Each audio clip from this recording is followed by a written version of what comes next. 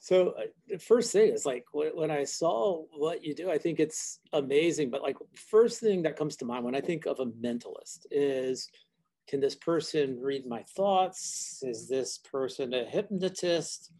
And like, what exactly is a mentalist? The best way that I've figured out how to get it across is it's a type of performer that uses applied psychology, showmanship, and moxie to make it look like they can read minds, predict the future, and do those kind of quote unquote supernatural skills. But really, it's all just influence, persuasion Mhm. skills, really good communication skills at the foundation. I don't claim to be genuinely psychic or be able to predict next week's lottery numbers. If I could do that, I wouldn't have a job. I would just Yeah, go live in you'd be Vegas. like saying, okay, I know crypto is going to go up. I'll just do that. I know to sell now. I get it. Exactly. And the fact that I'm not the richest man on planet Earth is kind of proof in and of itself that it does have its limits. Yeah, but at the same time, when you think about applied psychology, one of my favorite books is Robert Cialdini's Influence, Mm-hmm. and the ability to set up a cell using like very, I guess that's applied psychology, using psychology.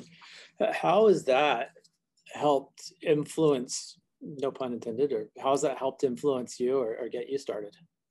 Well, a lot of it began as entertainment. And then the older I got and the more research I did into how to run a business, I started seeing that a lot of these business gurus claimed to understand what makes somebody buy, what makes somebody click. Read my book and find out now. And every single book I read, I'm going, wait a minute, I know this better than they do because I do it every time I go out on stage. I'm doing it in real time with 1,000 strangers that have never met me. And I'm able to build enough trust that a complete stranger is willing to get up out of their seat, come up on stage in front of a crowd of people, which Mm-hmm. is the number one fear. And then not only do they do it, they actually have a great time and wind up telling their friends how much fun they had. And to me, that is the process of business, of marketing, of Mm-hmm. negotiation. It's all about creating connection, establishing trust, and then helping them have a great time. And then they tell their friends about it. Like, wait a minute, that's a pretty good system for any business that you're trying to run. So that's why I started getting more into the consulting and sharing Mm-hmm. behind the secrets, kind of how it all works kind of stuff. So, for example, working with organizations on like the subtle influence behind why we buy in terms of pricing strategies, marketing, sales. What would be some takeaways just for me? Like if I'm starting up a company or I have a company, but what would you recommend as a place that you see as like low hanging fruit for influence? Aligning the message across the entire experience with your prospective customers and current customers. Mm-hmm. Because most people, when they think of influence or talk with me about it, seem to have a very narrow understanding of influence. They go, well, how could I influence them to click this one button? Mm-hmm. Instead of understanding, how can I communicate effectively from the first time they're aware of me as a company to see me in the right way so that they know I'm their perfect fit. And that is a much bigger context. In an example I like to use is it's kind of like a lot of my clients go, somebody's on an airplane, how could we influence them to order cranberry juice? It's like, well, if they're already on the plane, Not a there's captive not a, market. exactly, but there's not a lot you could do. You could try to pay people to drink cranberry juice. But if for 2 years before you had been running advertising saying cranberry juice is fantastic for you. And they've been exposed to that message again and again and again over time. Their friends are talking about it.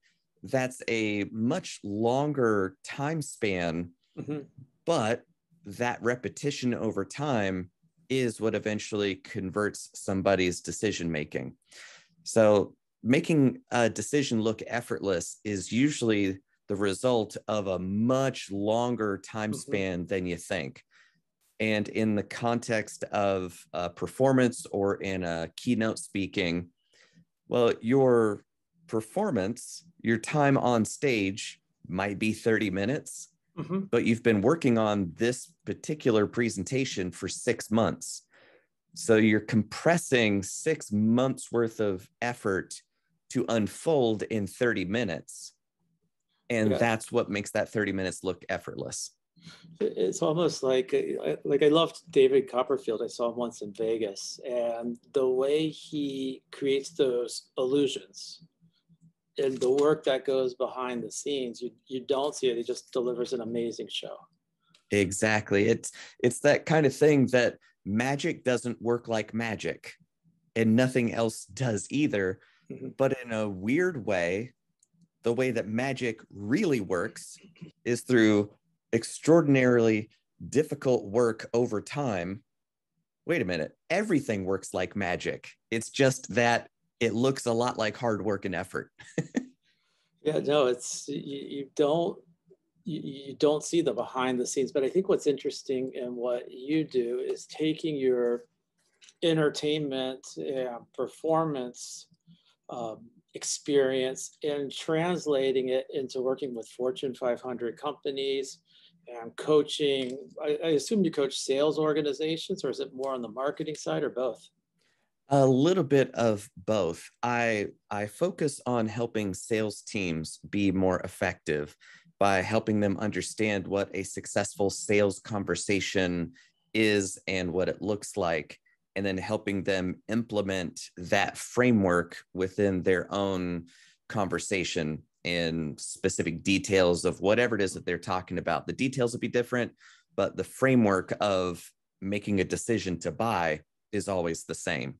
So helping architect that conversation, well, you also need to talk to the marketing department so that people that show up for the sales conversation have the right expectations about what this is going to be.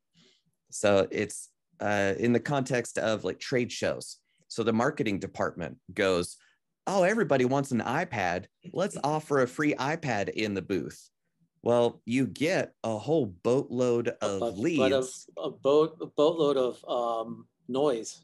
Exactly. So there's no pre-qualification or focusing of the marketing message to push away the wrong people. Exactly.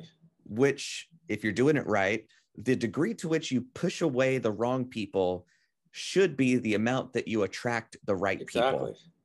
We've actually done trade shows where you're giving away a laptop or an iPad, and you get a lot of noise.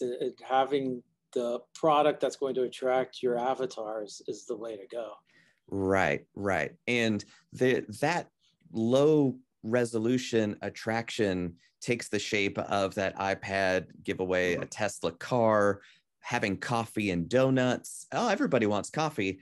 So for me, the way that I help my clients at trade shows, which is a huge part of what I do, is being their attractor, deliver a 12-minute sales pitch, thinly disguised as entertainment, that delivers their marketing message so that the whole crowd of 20 people who go, hey, what's going on over there? And it just keeps getting bigger and bigger. Well, now every person in that crowd understands what my client is all about. And then the people that go, that's exactly why I'm here. Now the sales team that's standing in the booth just gets a wave of leads twice an hour, which is why they get 3-4 times as many really well-qualified leads than well, let's just try to pick people off as they're walking by one-on-one approach that most clients do before they meet me. I bet it's funny that when you are exposed to marketing or sales, you're probably saying, okay, that's price anchoring, that's reciprocity. Like you see these little bits and pieces. And I love the psychology about why we buy, because sometimes we don't understand it. It's like got a reptilian brain and we can't, it's hard to put language in that. Right. And the story I like to tell people is it's a lot like using a computer. Most people can type and interact with their computer at a basic level. Then there are some people who understand shortcuts and hotkeys and keyboard shortcuts, and then they can do the same amount of work much more quickly and easily. Then there are even fewer people who understand how the fundamental code operates. Then they can create their own program and make the computer do things that the everyday user has no idea their computer could do if they knew how to make it work. So being a mentalist and understanding fundamental psychology gives you that admin hacker access to every mental process, and you got to know how to use that power for good. But question is, how did you get into this? Like you're young, looking at magicians. Do you see a mentalist? Like what drove that whole career? It's a familiar story if you meet enough mystery performers, which as a kid, I saw a magician on the Carson show. That tells you how old I am. And I thought that was just the coolest thing ever. So I started reading beginner magic books at the library and doing card tricks and tricks with rubber bands, stuff you could find around the house. And every beginner's magic book has a mind reading section. And every time I did a trick from that section, it would really freak people out. And my mind's going, oh, this is interesting. Let's kind of focus on this. So by the time I was college age, I had pretty much entirely focused on the mind reading side of things. Then in college, getting fascinated not only with how mind reading tricks work, but understanding why they're possible in the first place and what is it about our wiring that makes these things possible. And then that was really the rabbit hole that unlocked the whole thing for me. That's cool. I see that you were on America's Got Talent. That must have been really freaking cool. It was extraordinary, amazing, wonderful, exhausting, frustrating, all at the same time. It's a lot of work over a long time to not even make it to air sometimes, right? So you're taking weeks off of touring to be available for when they call, whenever that might be. So it's a lot of effort behind the scenes that the audience doesn't see when they're watching the final product. Who's your favorite host there? Like who did you guys bond with?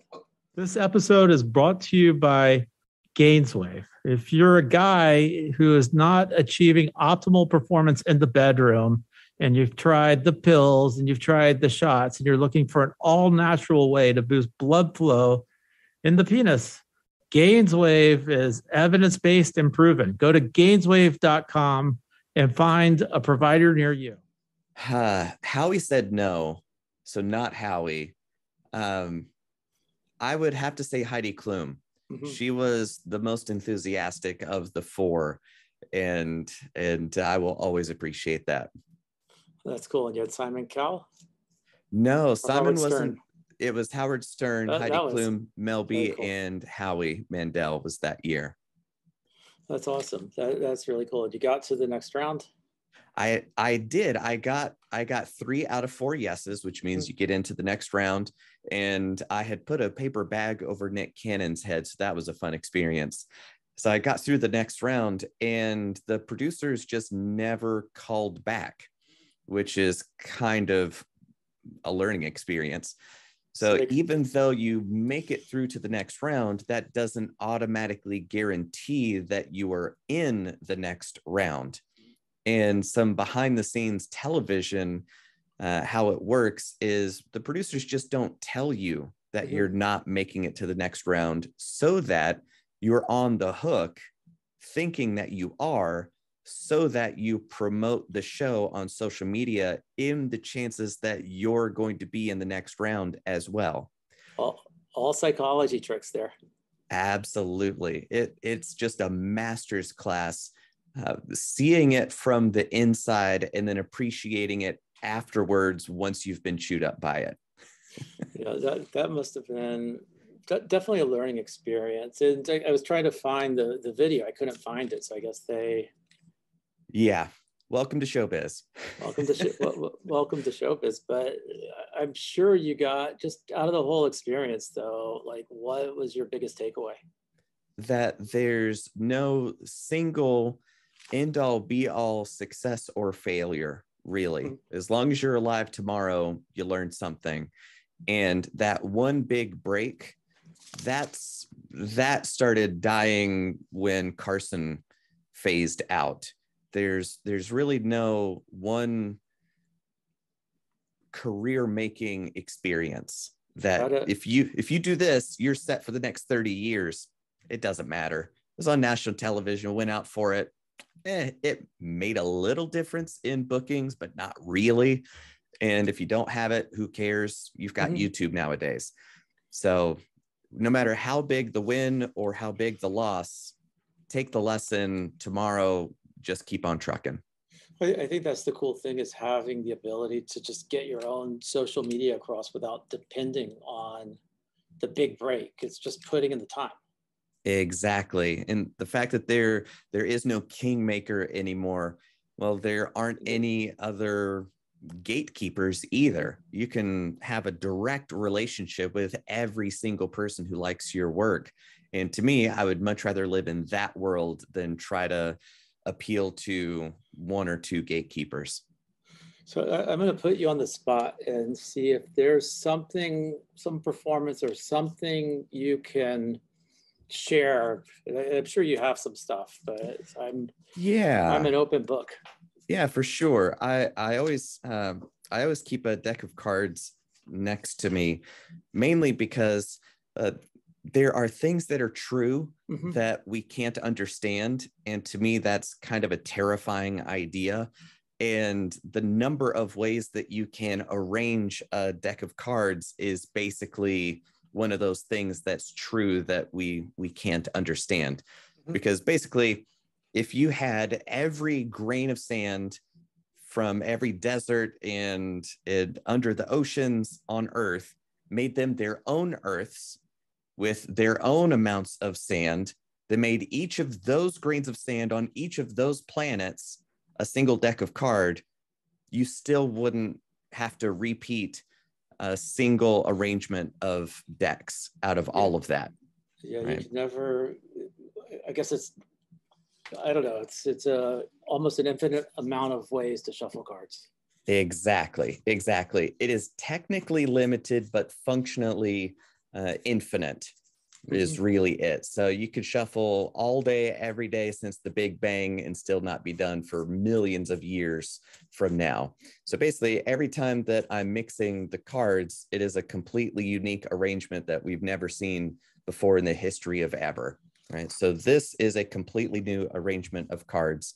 So for me, my job is to kind of get inside your head to understand where out of these 52 options you're going to stop me. So based on our conversation over time, okay, no, that'd be too much. Okay, you are going to stop me at the 4 of hearts. And for anybody listening, they can see that, or they can understand that I'm holding a deck of cards and I mixed them up, looked through them, and I'm saying that you're going to stop me at the 4 of hearts, because I'm going to take off one card at a time. And if it's in my hand, we don't care about it. It'll be the one that you stop me at. So you can see that each of these are different cards. It's not all just the 4 of hearts. That would make this real easy. But anytime that you want, just say stop and I will stop. And also keeping the deck in full view the entire time, so that way you can see everything as it's happening. So go ahead and stop. Okay.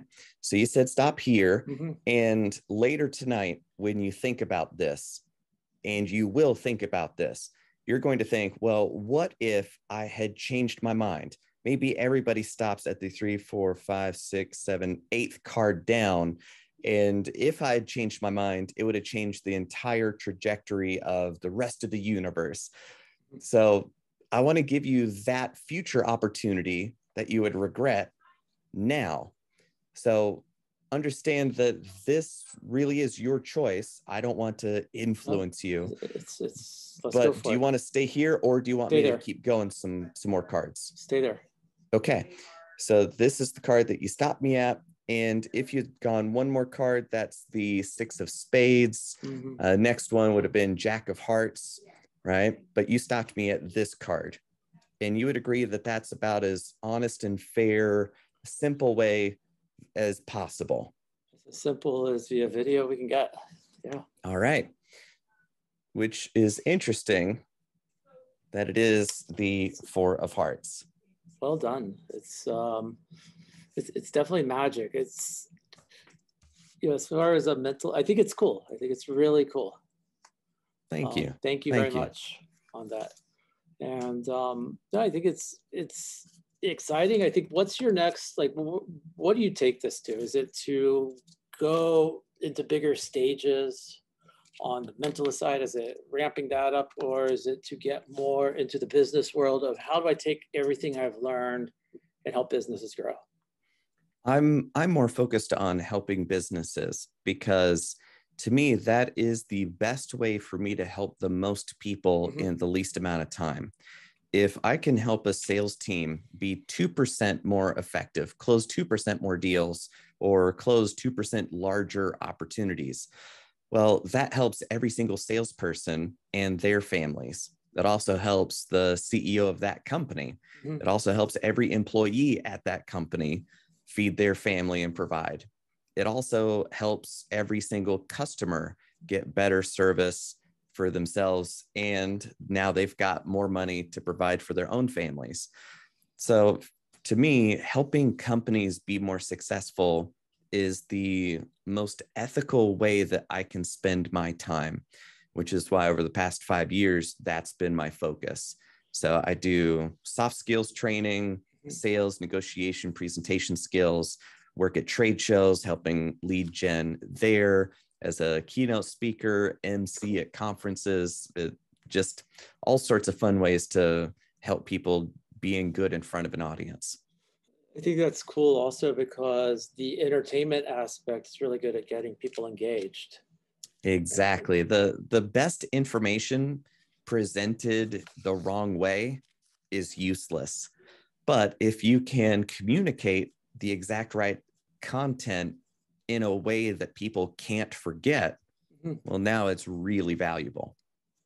No, that's awesome. I really, it's interesting because I've always watched Mentalists. I've always tried to like figure out their tricks. You know, David Blaine, I love. You know, I'm always like the mental focus, and I always know that there's a trick behind it, but I never could figure it out. And I've never seen a mentalist talking about the business world the way you do. I think that's really cool. Thank you. I really appreciate that. I also was reading your bio about crypto, which is something I've been trying to invest, trying to like figure it out, trying to understand the psychology behind like what gives crypto value, because I guess money's the same way. I would like your experience there and like the psychology of why we have bubbles or any of that, and has that helped you in your crypto endeavors? I think so, mainly because I focus on utility and solving genuine problems that create a lot of friction or burn a lot of value. And if there's a crypto project that smooths that out, then to me, that's functionally valuable. That to me is a much more secure strategy for filtering through projects than trying to predict the mimetic waves of, I want what everybody else is wanting to get in on it before everybody else jumps ship. And that's the keeping up with the Joneses. You got to get in on this. And then the people that created the hype just to create the hype, just regardless of, right. Who cares about what that coin actually does or problem it solves? It's just the one that everybody's aping into right now. And if you get swept up in the fanatic, oh, we got to get in to get our 6,000% increase, you're going to get the rug pulled out from under you sooner rather than later. And if that's how you judge projects, you're going to have a real hard time. So there are some jewels that solve really cool problems in really neat ways that I've been a fan of for 2-3 years already, and it just keeps getting better and better. What are you most excited about? Like which jewel or which few coins or crypto projects would you be looking at? There is a project that is actually, weirdly, it's bigger than crypto in a strange way. It's already using crypto as a dimension of its project, but not as its sole focus. So it uses crypto as the ledger of the statement of fact, but not the sole source of its value.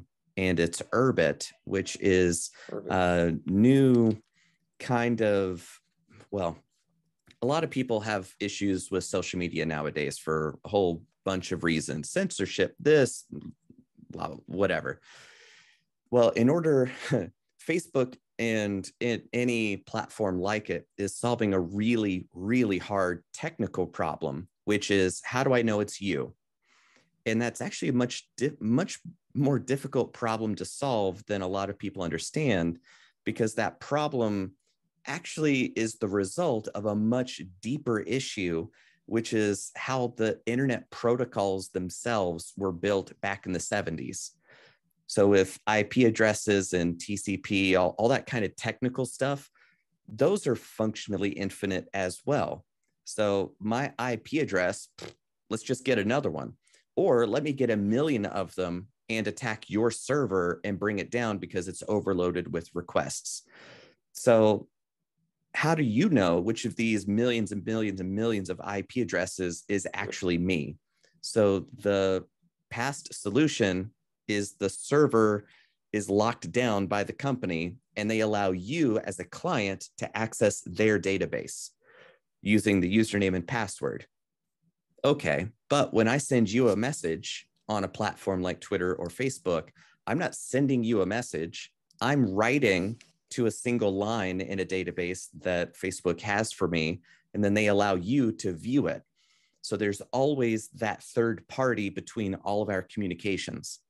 So in order to have a new kind of network, you need a new kind of computer, which needs a new kind of computer language, which operates under a whole different set of logic. So it's a complete rewrite of the internet and its protocols from the absolute lowest layers all the way through the computer you would use to interact with other computers like it. So that to me is just the coolest tech project that's around nowadays. And a lot of what people are saying Web3 is solving, Urbit has already solved it and has moved beyond it. So Urbit is like blockchain for our identities, so we can prove that we are who we say we are? Exactly. So you own this token, of which there are only 4.2 billion. There are a ton of them, but they're not infinite. And by owning that token, that is your key to access the virtual server that will only open for the person that has that token. So it gets into the metaverse and the ability, when they say this like Web 3.0, it gives us the ability for us, it's kind of like our driver's license or our ID for the metaverse. Exactly. The only logical conclusion is that every person has their own server to talk to their friends' servers. So having a centralized server managed by one person for millions of people, that's how you run into Facebook and Twitter problems. The only true decentralized approach is for every individual to have their own toolkit to maintain relationships directly with their own friends and connections. And that's what Urbit does. Cool. So if anybody wants to get in touch with you, and what I'm hearing is like, this is really good for businesses looking to implement applied psychology to make their sales functions, their marketing functions better. They get in touch with you at jonathanpritchard.me. That's it. That's it. And if that's difficult to spell for anybody, go to icanreadminds.com and that will forward you there. Perfect. Jonathan, thank you so much for this time. I really appreciate it. It's really interesting. Yeah, it's an honor to be able to share my thoughts. Thanks for inviting me on. Thank you very much. Take care.